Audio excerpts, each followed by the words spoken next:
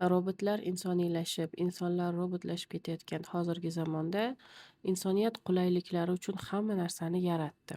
Ammo hanuz oddiygina o'zini anglash muammosiga yechim topolgani yo'q. Bu kitob ana o'sha muammo, ya'ni o'zlikni anglash muammosiga eng katta va eng muhim yechim bo'la oladi. Chunki o'zim ham shu kitobdan keyin hayotimdagi hamma muammolarni asl sababini topgandekman.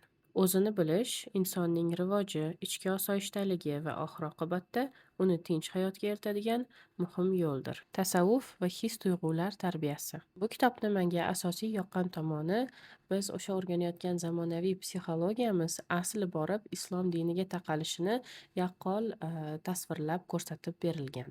Biz o'sha ko'p eshitadigan narsissizm, emotsional intellekt hammasi shu kitobda bor. Va yana nafs, ruh, qalb tushunchalarini o'qish orqali qalbingiz sakinatga to'lib, ancha anglashlarga ega bo'lasiz.